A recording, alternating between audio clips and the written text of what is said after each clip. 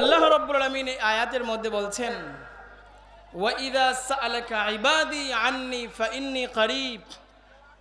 হে নবী, আপনার কাছে আমার বান্দারা জিজ্ঞাসা করে আল্লাহ কোথায়, আপনি বলে দেন ফাইন্নী করিব, আল্লাহ অতি নিকটেই রয়েছে। সুবহানাল্লাহ। কোন উজিবু দাওয়াতাদ দাঈ ইযা দাআন, যখনই তোমরা আল্লাহকে ডাক দেবা তখনই আল্লাহ রাব্বুল আলামিন তোমাদের ডাকে সাড়া দেবেন। সুবহানাল্লাহ।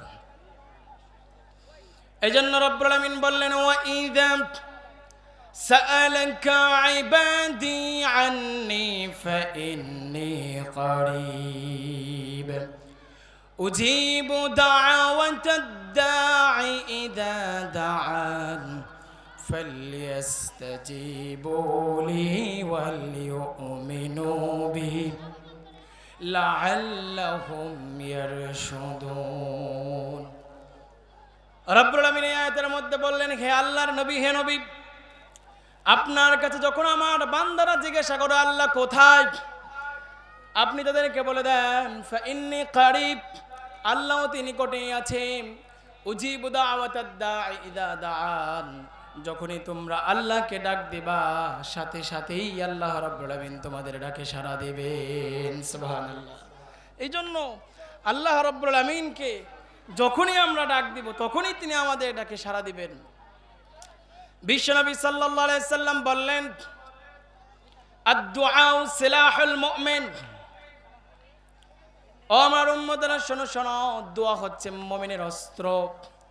আর রাইফেল, বন্দুক, এগুলো যেমনি ভাবে মুমিনের অস্ত্র, ঠিক তেমনি ভাবে দোয়ার মতো দোয়া করতে পারলে ওই দোয়াটাও মুমিনের অস্ত্র হয়ে যায়। সুবহানাল্লাহ।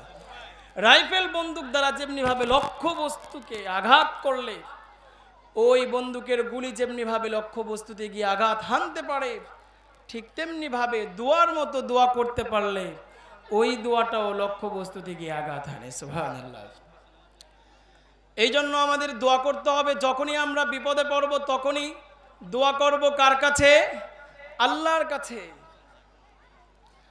বিশ্বনবী সাল্লাল্লাহু আলাইহি সাল্লাম হাদিসের মধ্যে বলেছেন, আদ-দুআউ হুয়াল ইবাদাহ। আরে দোয়া হচ্ছে ইবাদত, দোয়াই ইবাদত।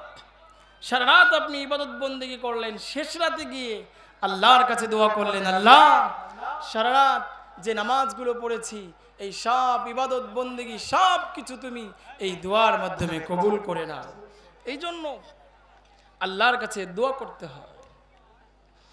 মানুষের কাছে যদি আমরা বারবার চাই, চেয়ারম্যান সাহেব আমাকে কিছু টাকা দেন, প্রথমবার যখন আপনি তার কাছে যাবেন তখন চেয়ারম্যান সাহেব আপনাকে 10,000 টাকা দিল, দ্বিতীয়বার আবার গেলেন দিল 5,000, তৃতীয়বার গেলেন দিল 1,000। বারবার গেলে মানুষ হিসেবে তিনি রেগে যান, রেগে যাওয়াটা স্বাভাবিক। কিন্তু আল্লাহর কাছে আমরা যত চাইব আল্লাহ রাব্বুল আলামিন আরো খুশি হয়ে যান। সুবহানাল্লাহ। তিরমিজির বর্ণনায় বিশ্বনবী সাল্লাল্লাহু আলাইহি সাল্লাম বললেন, ইন্নাহু মান লাম ইয়াসআলিল্লাহা ইয়াগদাবু আলাইহি, যে ব্যক্তি আল্লাহর কাছে চায় না আল্লাহ রাব্বুল আলামিন তাকে পছন্দ করেন না। আল্লাহর কাছে চাইতে হবে। আমরা যত চাইব আল্লাহ রাব্বুল আলামিন আমাদেরকে তত ভালোবাসবেন। পৃথিবীতে যত নবী রাসূলরা এসেছেন সব নবী রাসূলরা যখনই বিপদে পড়েছেন তখনই চেয়েছেন কার কাছে? আল্লাহর কাছে চেয়েছেন। সাইয়েদনা আদম আলাইহিস সালাম বিপদে পড়লেন রব্বানা যালামনা আনফুসানা ওয়া ইল্লাম তাগফির লানা ওয়া তারহামনা লানাকুনান্না মিনাল খাসিরিন।